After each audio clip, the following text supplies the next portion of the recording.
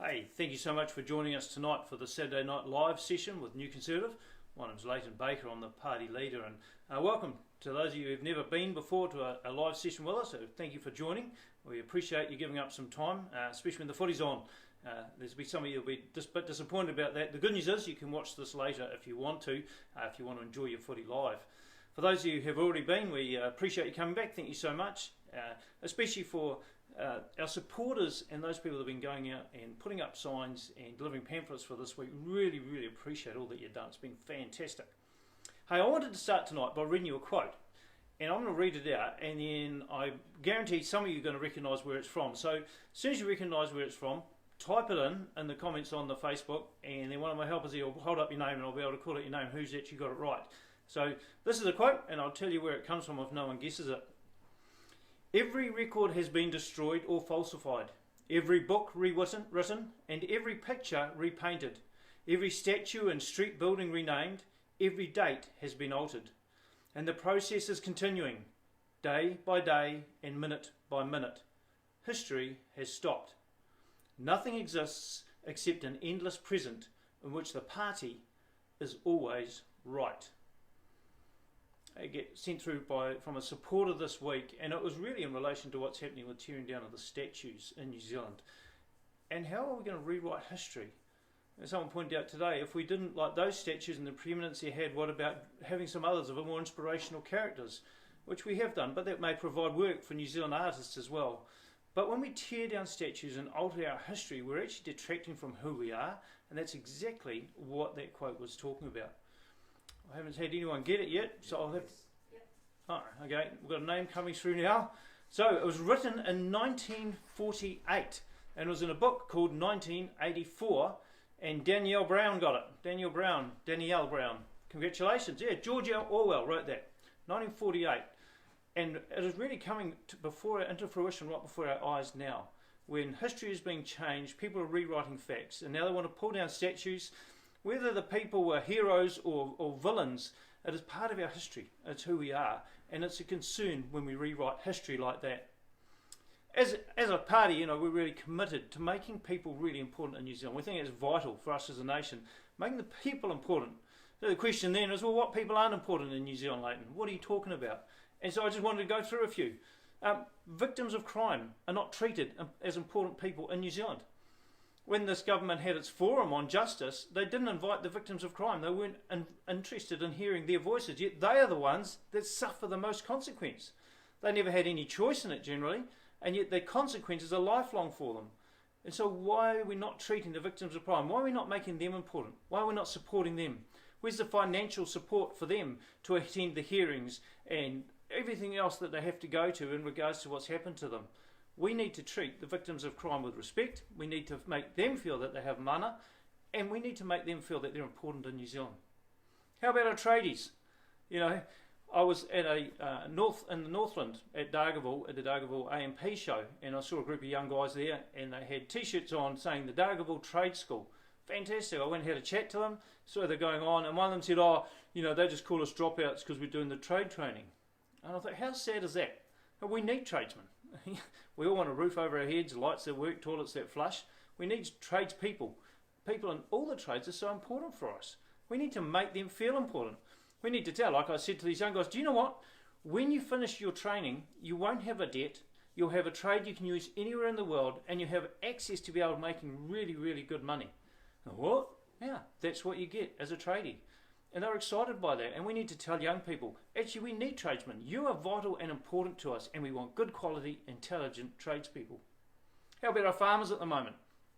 And speaking to some of the farmers when we were up there, they were feeling really victimised, like demonised by the media, that some of them were actually ashamed to say they were farmers when they went out in public. That's how badly they've been portrayed in the media, and that's terrible. Well, one thing we've found out during the whole COVID thing, while the farmers have been working at the same frenetic pace they do all year round, their carbon emissions dropped significantly. So they are not the harbingers of evil when it comes to destroying the climate. They are hardworking people, and our farmers supply enough food to feed 8 times our population. That's massive. They're really, really efficient. They do a great job. Yes, they can make improvements. Yes, there's a lot of areas we can work on. But we need to value and say, hey, you are important. You're important to our economy. You're important to our health, you're important to our land, and we value you. That's a really big group of people we need to say, you are important. How about the voting public? We need to say, you're important, because the government is rushing through legislation, boom, boom, boom, boom, boom, without proper consultation, without actually really listening to submissions. In fact, did you know 95% of the submissions on abortion legislation weren't allowed to be heard? 95%. This isn't a democracy, really. Our government is not listening to us. We've said it before, and that's one reason why we like to bring in binding citizens-initiated referenda. Because all the citizens-initiated referenda we've had, no government's ever honoured them. Never. That's disgusting. We need to make actually the voters important again in New Zealand. They are the employers of the politicians. They pay their wages through their taxes. They should be important, but this government is ignoring them. That is not good enough. We need due process around laws. We need good select committees who have not already made up their minds, but actually listening to submissions and actually presenting the findings of those submissions to Parliament, rather than saying, discount all of them because this is where we want to go anyway. That is not good governance. So yeah, make the voters important again. Wouldn't that be nice? What about housing? You know, the people in New Zealand that do not have houses. Let's make them important. And it's one reason why we've said a net zero immigration policy for a while, which has actually happened under COVID, restricting the people coming into New Zealand so our housing stock builds up, so those people who are the most vulnerable can actually have the opportunity to get into housing.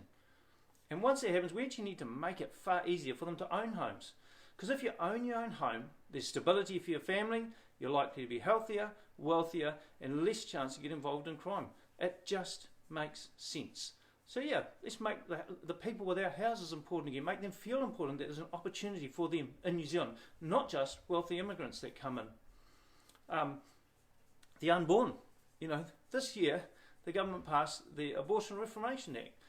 Now, Andrew Little has said that he got no evidence to prove that the Royal Society, the Royal Commission on Abortion and Reproduction, or Sterilising Reproduction, he had no evidence that they got it wrong when they said the unborn child was a human being. No evidence. But still, they've rushed this law through, which has taken the human rights off the unborn.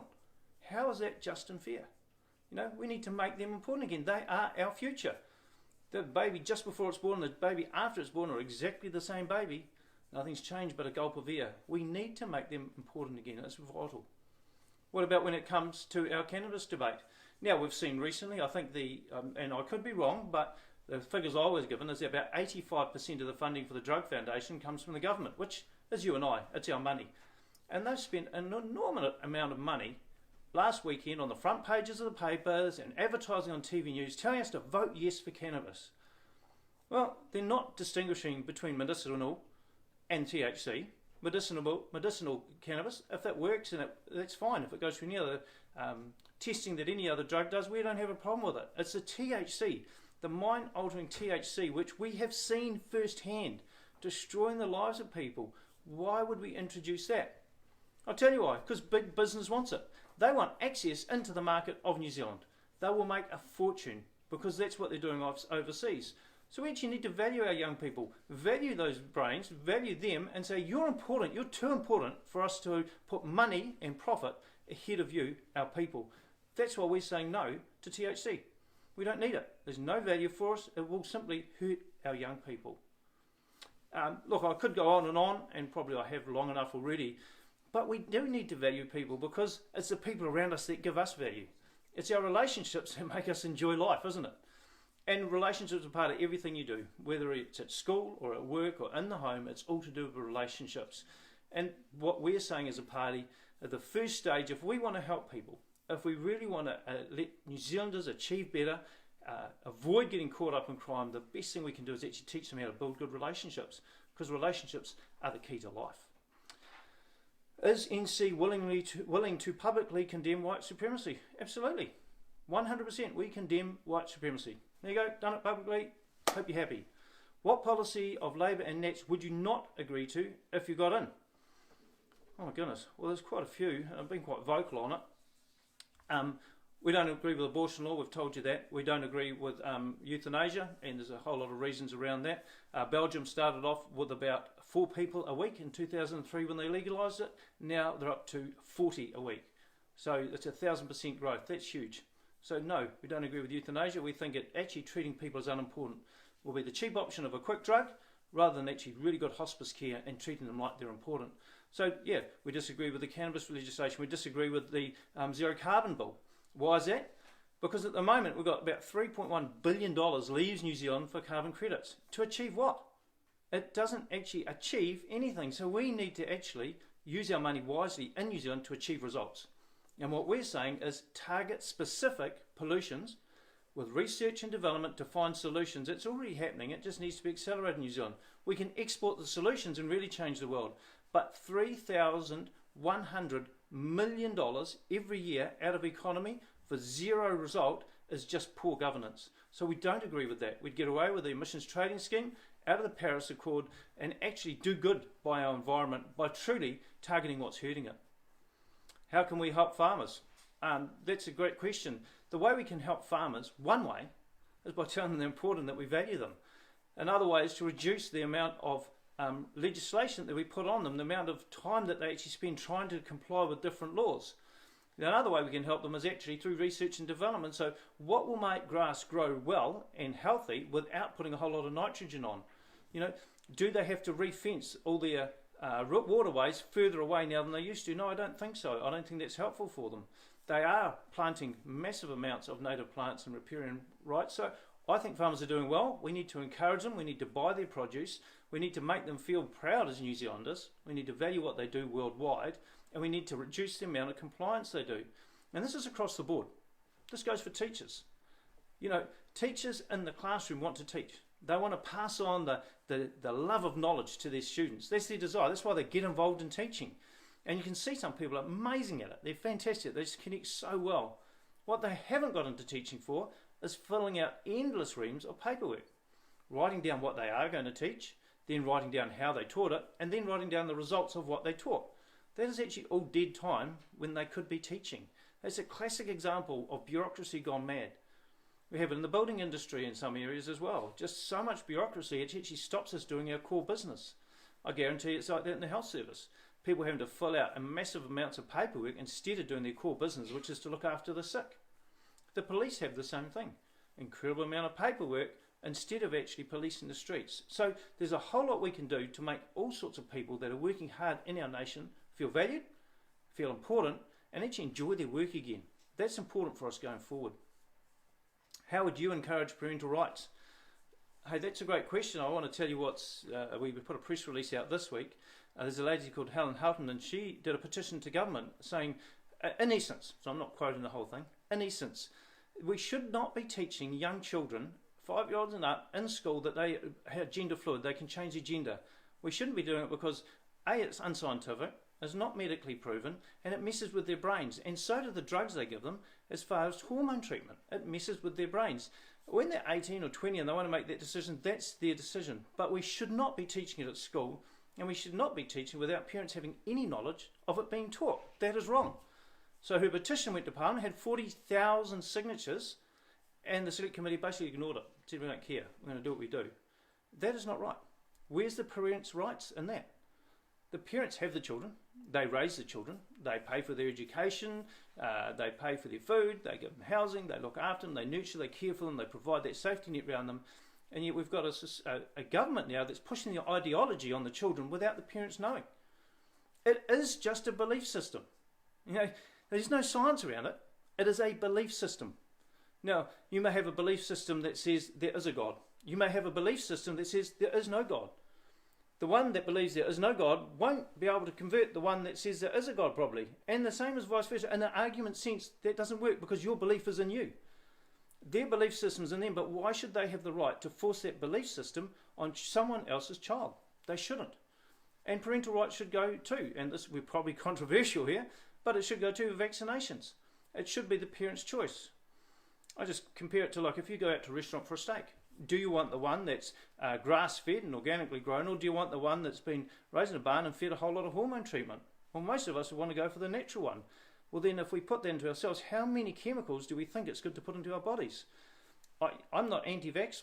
I've had vaccinations, I've been treated for stuff, but it's parents should be able to choose which ones they believe their children should get.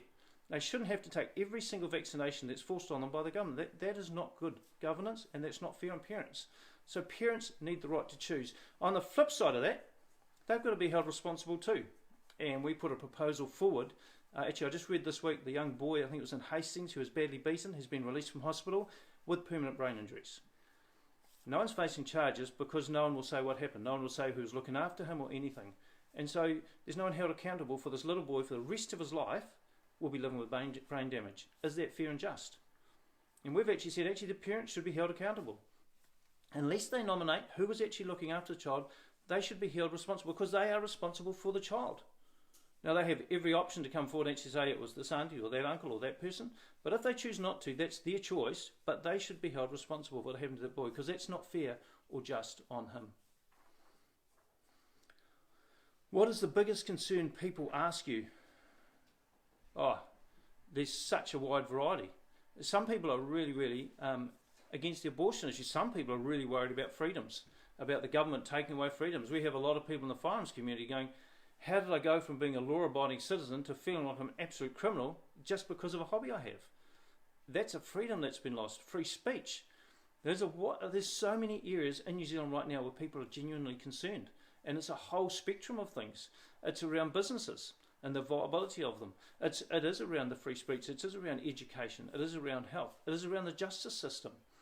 Discounted justice, where people are getting away with having crimes discounted because of what happened to them years ago or how they're feeling. And discounted justice is not justice. People locked up for serious crimes, not actually being incarcerated, but having bracelets on, which can be cut off and have been. So the concerns in New Zealand are right across the board, and we need to listen to them because they're really important. People need their concerns heard, and we've tried to address as many as we can with our policies. And we encourage you to go and look at them. www.nc.org.nz. Go and read what we're saying. If you don't agree, that's fine. Send us a message. If you do, send us some support. We love it. Can you give any details on your COVID-19 recovery plan? Yeah, so our COVID-19 recovery plan is actually quite big, but it's really around encouraging business and supporting businesses to get going again. It's about making it easier for them to do business. It's about dropping the tax rates because that will help people to actually move through the COVID situation. It's about providing ideas for businesses and how to get going again. So we're suggesting there should be a $20,000 tax-free. So your first $20,000 is tax-free. The next $40,000 is taxed at, I think it's 10%. The next $20,000 after that, so that's up to $80,000 is, I've got the percentage in front of me, and over $100,000 would be 33%. But it's dropping the tax down so people can spend more of their own money and have more freedom. We're also suggesting that it should be easier for employers to hire and let staff go. Why? Because it gives them an opportunity to build their business and find out what they can actually sustain. We've said there has to be an obligation to actually paying staff and giving them notice and actually paying them once they leave. And there also has to be a 3 strikes thing for the employers. So if employers are found to be bad employers, i.e. they're hiring and firing people all the time without giving them a chance, then they need to be blacklisted. But employers take all the risk. If something goes wrong, it's their fault. If someone makes a mistake, they pay for it. If someone's sick, they have to pay their sick pay. On the holidays, they have to pay for the holidays. They pay the employer contributions. So employers have a massive amount of risk, and they can lose everything they've got through a bad employee. So we need to give the opportunity for employers to try people, to build their businesses, and have confidence to take people on to see if they can. That's part of how we recover. Another part of how we recover is actually through the government. If the government's going to spend on infrastructure, we believe it should be on the housing sector for a couple of reasons. One, spending on the housing sector provides a whole lot of jobs in New Zealand. So it's everything from the architects through the consenting officers, it's the builders, it's the plumbers, it's the drain layers, it's the roofers, it's the stoppers, it's the painters, it's the jib fixers, it's the electricians, and on and on and on. It's the carpet layers and all the providers of those services. So spending on infrastructure is spending in New Zealand, and on housing is spending in New Zealand, and that money goes round and round in New Zealand. Because, the builders are going to go and buy a cold pie and a warm Coke for lunch, and everyone else is going to spend their money. So spending it here in New Zealand is the way to go. And then encouraging the government, so the government making it as a policy that when they can source products in New Zealand, they do so, even if it's slightly more expensive. You say that goes against the grain of free market. Well, it does in a way, but we are restricted in free market. It's not a free market at the moment. We have not got free travel for people coming here for tourism. We are restricted in travel ourselves, and also hold-ups in exporting and importing goods. So it is not a free market at the moment. The government should be supporting local businesses. Again, that's taxpayer money of ours that's gone to the government that gets spent in New Zealand. It goes round and round New Zealand. It's much better to go around here than to go offshore. So those are some of our ideas around COVID recovery. What's your take on 1080? Would you ban it? So this is a really contentious topic. And I said there's sort of two groups of people really. Well, it's probably more. But there's a group that are vehemently anti-1080. They say it's a mammalian poison. It's indiscriminate. It just kills. It's a brutal killer, a violent, horrible death. And so they want it totally and utterly banned. There's another group who say without it we can't control the pests in our bush. We'd lose our native species. Our bush would be overrun with stoats and rats and weasels and mice and wasps. So we need the 1080. And so there's this contrast. So we as a party are saying, hey, let's look at trapping and luring to actually reduce our reliance on 1080 and phase 1080 out of New Zealand. You know, I don't think if we ban 1080 tomorrow, if we haven't got a replacement, that's actually poor governance of our land. What we need to do is actually allow trappers and people using lures and hunters to actually put in bids to control pests in certain areas. And as they do it, expand those areas. There may be some areas in New Zealand that they just cannot get to. And I've spoken to both sides, anti and pro 1080, and the pro 1080 go, no, we don't like it either. We just don't see an alternative. So if we're going to get rid of it, we must find an alternative, because just banning it without an alternative isn't poor governance, any more than just throwing it out there without looking for an alternative is good governance. So we as a party are saying phase 1080 out as quickly as we possibly can. Should we be investigating the human trafficking in New Zealand? Absolutely, and I'm sure the police are. Human trafficking is the buying and selling of people, and generally it's in the sex trade. That's generally where it is, and it is nasty. I've seen programs or videos on it, and I've told stories about what I've seen before, which is just, it's terrible. It shouldn't happen. It should never happen in a developed country like this. And so yes, we should be investigating, and we should be coming down incredibly hard on people that are actually exploiting others in human trafficking. What will you do about gangs? It's a great question, isn't it? You know, the increase in our prison population is actually just increasing gangs, and is generally from the gangs being imported here from Australia. Now that's not Australia's fault. They don't want them over there any more than we really want those gang members here. The problem we've probably got is how do we actually address the issues of gangs, and what's the legislation around it? You know, we said previously with the firearms buyback scheme, the problem with it is we had a whole lot of police that were targeting law-abiding citizens by buying their firearms off them rather than targeting the gangs. And then recently we've seen such an upsurge in gun violence, and it's not those law-abiding citizens with their firearms, it's not those hunters, etc., it is the gangs. And so we need to attack it at the root cause. And what's the root cause? Why are these young people getting involved in gangs? Because if you just go and arrest all the gang members, that's at the bottom of the cliff. That's the ambulance at the bottom. You just got to build more prisons, more violence in prisons, more violence on the streets. It just escalates because you haven't dealt with the cause. Dealing with the cause is more important, and it might take a while to come through. It may take a generation or two to see the results of it, but we have to start now. So the big question is, why are young people getting involved in gangs? So same reason that most people in prison, a common denominator is fatherlessness. It's broken families and fatherlessness. We have to address that. We ignore it. Oh no, we don't know it exists. Oh, we haven't taken it into account. That's no good. Let's be upfront and honest about it. If that is a causation, we must address the cause if we're going to reduce the problem. You can't, it doesn't work. No other way will work. And part of that is relationship training. It's just training people. What is a good, healthy relationship? What is involved in it? And the reason for that is we want people to get together. We want to know the advantages of marriage. Like, marriages break up because people don't usually, it's because of communication. It's generally a breakdown in communication between people, or a breakdown in commitment between people. Or they find they have no common interest anymore, which again is around communication. So we need to teach those skills to our young people if we're going to reduce crime in New Zealand, and if we're going to reduce gangs in New Zealand. Gangs feed off drugs. You know, drugs is a currency for gangs, as in prostitution. The gangs run these industries, and that's where they get their cash. So on the bottom of the cliff, we've got to address the drug culture. We've got to address why people buy drugs. We've got to address illegal prostitution. On the top of the cliff, we've got to address why people get in gangs anyway, why they feel it's okay to exploit other people. You have a policy statement saying open borders. What do you mean? That's two words. I would have to see the whole statement to know what you're actually referring to there. I'm really sorry. I don't know. Oh, okay. Sorry. I've just clicked. Yes, a sign says open borders, no thanks. And the reason for that is because we're saying we shouldn't just have anyone that UN sends here. We shouldn't have open borders where anyone can come here and get all the benefits and rights as a New Zealander. As a nation, a sovereign nation, we must choose how many people come here and who comes here to reside. That should be our choice. We disagree with the UN Migration Pact that basically says every nation's got to take anyone that turns up. We don't agree with that. We think as a sovereign nation, we should choose. It's a great nation. We need to look after it. We think that's our right. So that statement, open borders, also says no thanks, because we don't want open borders. We actually want controlled immigration where we choose who comes here. And actually, we want to get that immigration down at the moment until we've got enough housing. We've said it before. You can't invite someone to come and stay at your house when you haven't got enough beds for them. It's just illogical.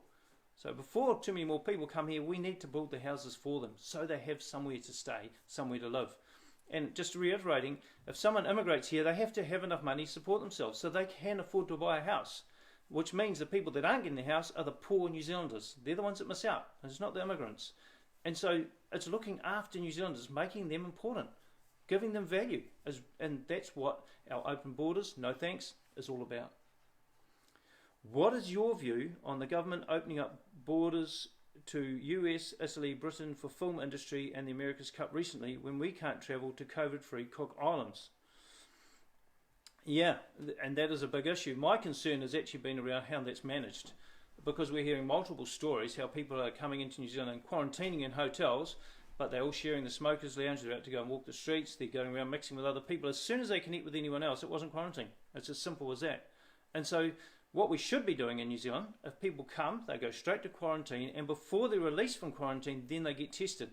2 weeks in quarantine and then tested. So that if they did have it and it wasn't shown when they come, we know before they let loose on the streets. And then quarantine has to be quarantine. There should be no connection by people that are in quarantine that people aren't, because otherwise you've just destroyed it all. And so,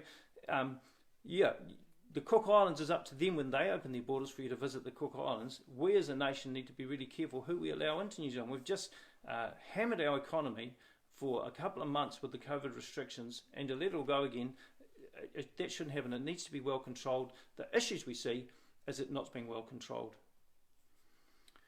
Will New Conservative change government procurement policy to benefit New Zealand companies and allow them to have their benefit to New Zealand economy counted as a price discount? Yeah, I mean, that's what we've just been saying, actually. We would love it to be so the government procurement process was targeted at New Zealand companies getting first dibs, even if they're slightly more expensive. And the reason for that, we need the money going around New Zealand. We need New Zealanders to benefit from the money that we've borrowed, because we have borrowed billions and billions of dollars that we are going to have to pay back. And what is not wise is for us to borrow billions of dollars and then send that money offshore. There's no benefit to us as a nation in that. It's financially irresponsible. We want the money to come. If we've borrowed the money, which we have, we need to keep it going round and round New Zealand, not heading offshore. So that's really important for us to procure those major contracts in New Zealand. And we spoke about earlier, and been a bit criticised for it, but that's okay. What happened with the, I think it was the deaf community, where a whole lot of agencies that work with the deaf community put in a contract to supplying services for the deaf community in New Zealand, and they missed out on it. And you go, well, who would understand the deaf community in New Zealand better than the deaf community of New Zealand? It seems illogical. There may be something going on behind the scenes, but things like that you would think should go to a community like a group like that, which benefits the community more than just the finance. It's not all about money. What about getting prisoners out working in the community? Yeah, so we've got a policy. It's called our 3-stage sentencing. When it comes to justice, again, I'll go back to the thing. We'd love to divert people away from crime as much as possible, and that includes good training about relationships in school. It includes trade training, because the one government department that is most effective at reducing crime is actually schools.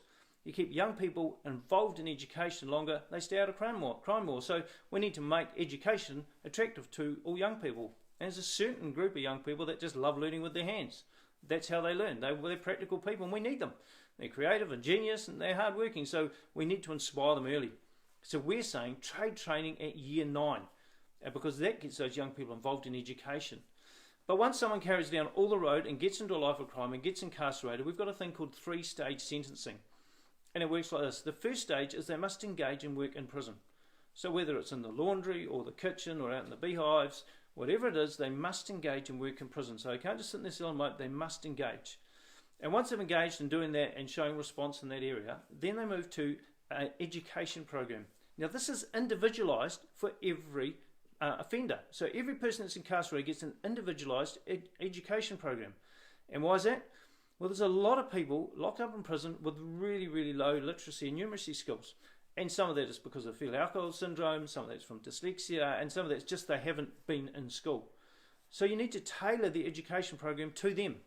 And you need to tailor what you expect from them within the term of their incarceration to their abilities, so that they've got an achievable goal. Now, the idea behind this is they must achieve it. So those prisoners or offenders must achieve the goal set out for them, because that shows them taking on personal responsibility. It gives them something to work towards, it gives them ticks as they go along, and it gives them skills once they get let out. Once they've achieved their education, it could even be in the trades, once they've achieved their personal education standard, then we say allow them to work outside of prison during the day. So whether that's on farms or pre-cut and nail factories, but it's working outside of prison during the day and incarcerated at night. Now, this happens in a tiny part in New Zealand at the moment. We'd like to extend it, and the reason for that is a lot of offenders, when they get let out of prison, it's too big a step for them. They've been incarcerated, they've been rubbing shoulders with other people incarcerated, suddenly they're let out into this foreign world that they don't really understand.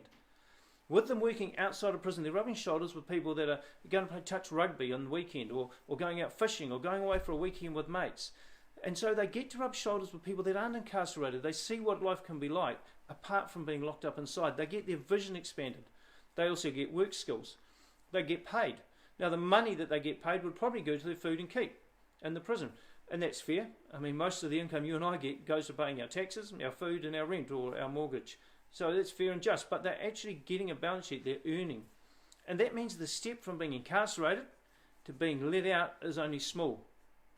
Now, if they breach trust in that time, they go back to stage one.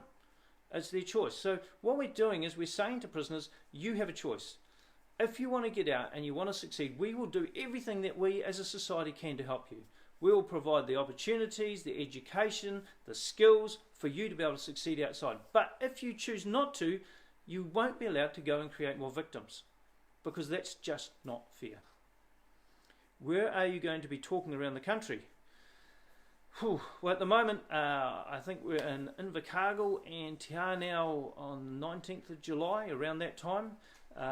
We are in Oamaru and Timaru. I haven't got the dates. We're in Oamaru and Timaru. It'll be on the calendar on our website. Just found out we're going up to Tauranga and Rotorua and the Bay of Plenty. In July, we've got, in the beginning of July, we're going to Napier and Taupo. And then we've got appointments in Whangaparai, and we've got meetings in Christchurch on the 9th and 16th of July. So we are starting to travel around the country, do our open meetings again. We'd love you to come along and say good day and get to know us. Should we increase ties with old allies like Australia, USA, UK? How would you do it? Well, that's really interesting, isn't it, at the moment, where the Five Eyes is being encouraged to become the Four Eyes because people see New Zealand as a weak link. They see our connection with China as being dangerous to the Five Eyes group because they feel that China has another agenda. And you've got to realise there's a bit of a separation here between the Chinese people and the Communist Party. Chinese people, I haven't travelled all the world. I've been a few places, and it's so cool to see so many people. Every place you go to, this the same. They want to look after their family and enjoy life a bit. And the Chinese people are no different. But the Communist Party have an agenda. They have a plan they want to achieve, and they have long vision. You know, we as New Zealanders are often guilty of having very short vision. We sort of grab the shiny pebble. The Communist Party have a long vision of what they want to achieve over a long period of time, and they're working hard towards it. How does that affect us as a nation? How does it affect the security of the world? Those are the big questions. So we do need ties with allies who are very similar to us, have similar values to us, similar worldviews to us, and have worked and walked beside us previously, because that is really important as a nation. And so we believe joining with Britain at the moment, when they're going through Brexit, we should be going to Britain hard out to develop our deals with them and our trading agreements with them right now. They're looking for trading partners. We can trade with Britain really well. Canada, USA, Australia, we definitely need to strengthen our ties with these countries. And we need to look at what's happening in the security in our nation, what's happening with security in our area of the Pacific. You know, it is really important, and we can't be afraid to actually talk about it. Now, I know we have a lot of trade with China and we don't want to jeopardise that. But China buy our meat, our wool, they get our water, and in return we buy a whole lot of stuff of them which really is short term. A lot of it is really short term product that we then have to dump. And guess who owns the dumps in New Zealand? China owns waste management. So we then pay them to dump the stuff we got off them. So I know that's a generalisation and some people are going to get really angry about it, but we need to look at what really benefits New Zealand, what really helps us as a nation, and what is long term good for us as a nation moving forward. And I personally believe that strong ties with our old allies is actually really, really important. Oh, running out of questions. I don't know if anyone's got any more questions for us. I did see an interesting written down that I didn't get to speak to last week. Some guy said something like, if you've got any sort of religion, you have no right to be in Parliament because you're not subjective. I had to crack up really, because obviously his belief system is there is no God. And so he's saying my belief system, that there is no God, is more important than any other belief system, whether it is a God or whatever. And so if your belief system is not the same as mine, you're not allowed to go to Parliament. Yeah, that sort of summed it up in one sentence really. Yeah, there's some good old-fashioned bigotry right there. Please abolish the Migrant Pact. So New Zealand signed up to the UN Pact on Migration. We actually accosted the government on it before they signed it. We brought it to the attention of the people and said, what's going on here? How come they've never discussed it with us? How come they've never showed their intention to go and sign this pact? And they say, oh, it's non-binding, it doesn't matter. Well, you don't go and sign something that doesn't matter. You don't go and sign something without expecting to have to adhere to it, do you?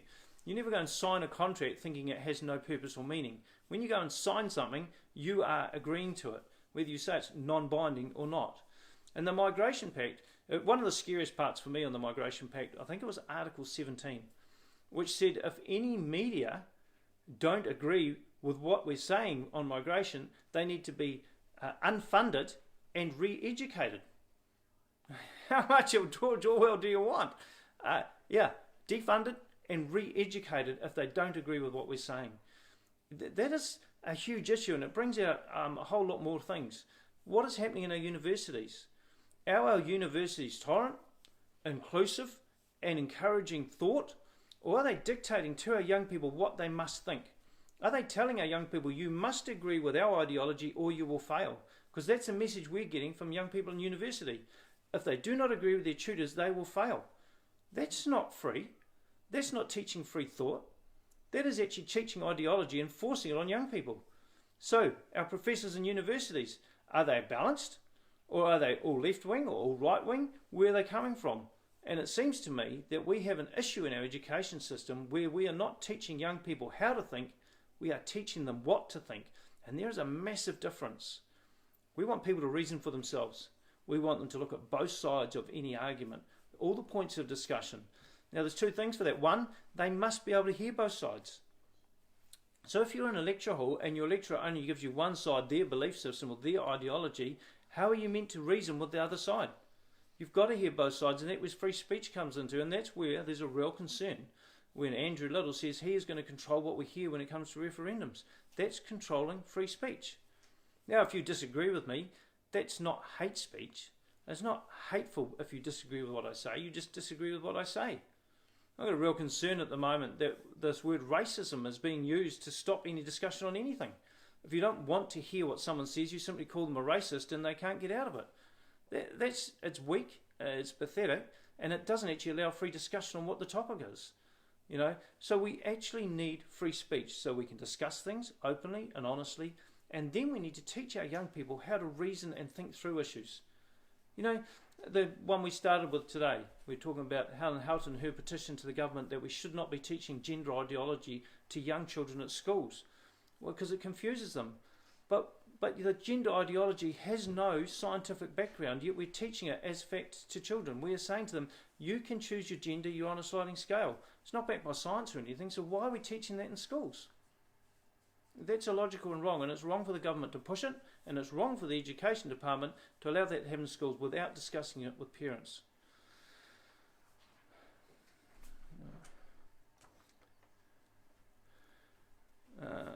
Okay, sorry, I'm just reading a few questions here.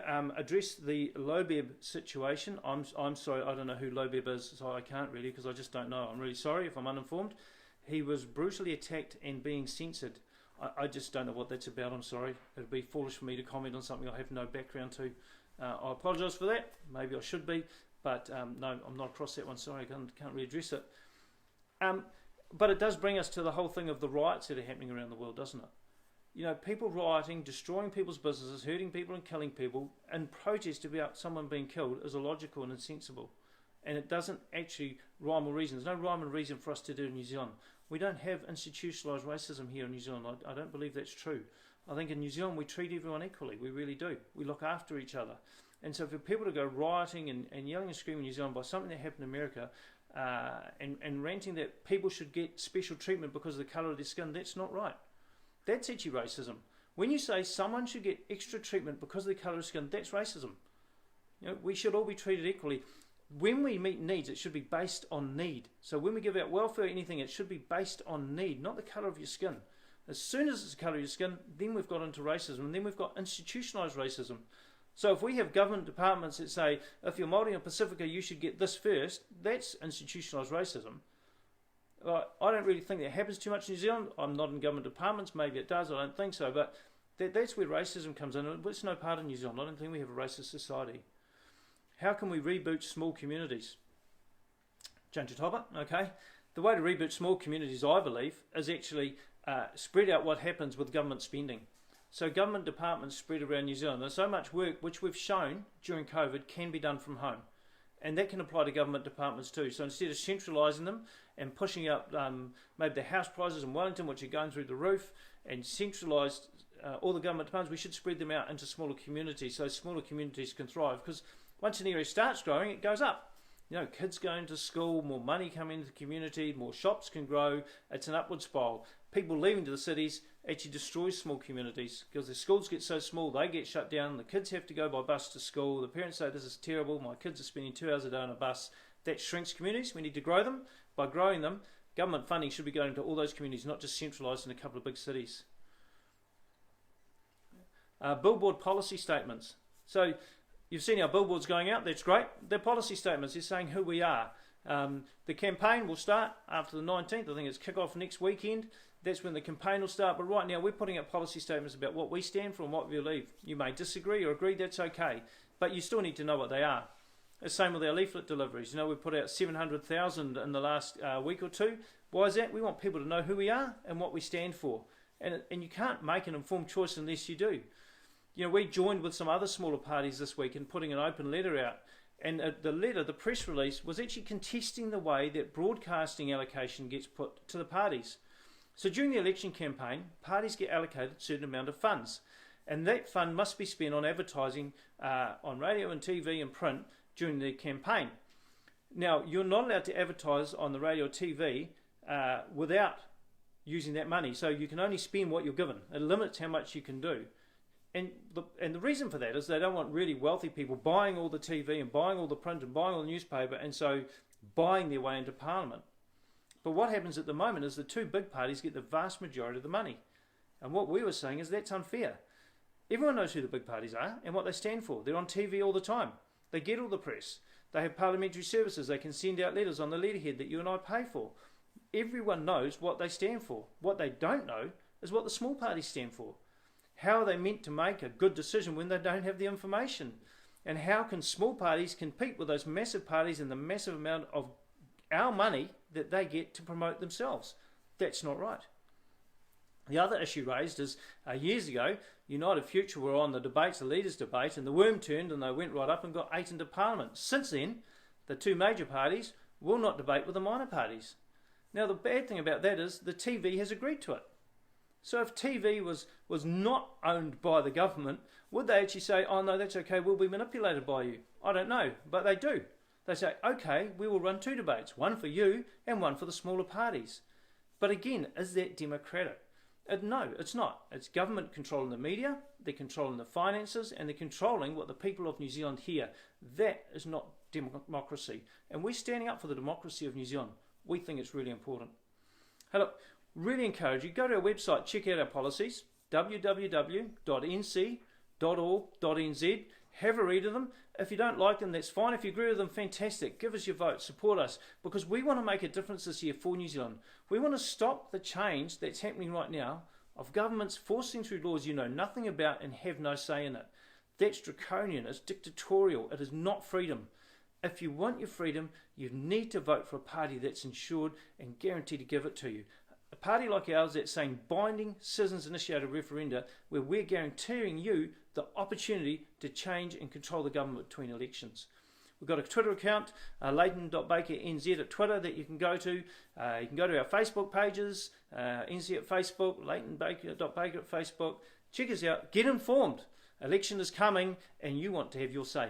Thanks so much for joining us tonight. Really do appreciate it. And for those of you that didn't watch this live and watch the rugby, good on you. I wish I could have done too. Thank you so much.